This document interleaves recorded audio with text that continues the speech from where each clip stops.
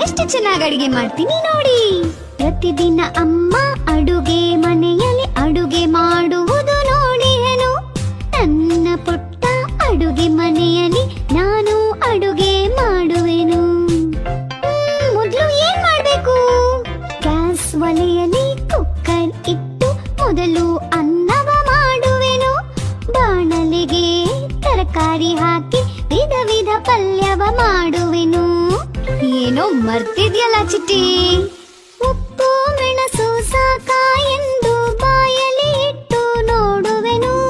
ಎರಡು ಹಾಕಿ ಸರಿಯಾಗಿ ಪಲ್ಯವ ಮಾಡಿ ಮುಗಿಸುವೆನು.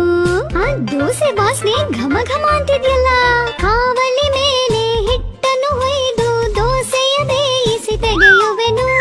ಬೆಣ್ಣೆ ಹಚ್ಚಿದ ಬ್ರೆಡ್ ಅನ್ನು ಟೋಸ್ಟರ್ ನಲ್ಲಿ ಟೋಸ್ಟ್ ಮಾಡುವೆನು. ಏನ್ ಚಿಟ್ಟಿ, ಎಷ್ಟು ಚೆನ್ನಾಗಿ ಅಡಿಗೆ ಮಾಡ್ತೀನಿ ನೋಡಿ. ಪ್ರತಿದಿನ ಅಮ್ಮ ಅಡುಗೆ ಮನೆಯಲ್ಲಿ ಅಡುಗೆ ಮಾಡುವುದು ನೋಡಿಯೇನು. ನನ್ನ ಪುಟ್ಟ ಅಡುಗೆ ಮನೆಯಲ್ಲಿ ನಾನು ಅಡುಗೆ ಮಾಡುವೆನು. ಮೊದಲು ಏನ್ ಮಾಡ್ಬೇಕು? ಗ್ಯಾಸ್ ಒಲೆಯಲ್ಲಿ ಕುಕ್ಕರ್ ಇಟ್ಟು ಮೊದಲು ಅನ್ನವ ಮಾಡುವೆನು.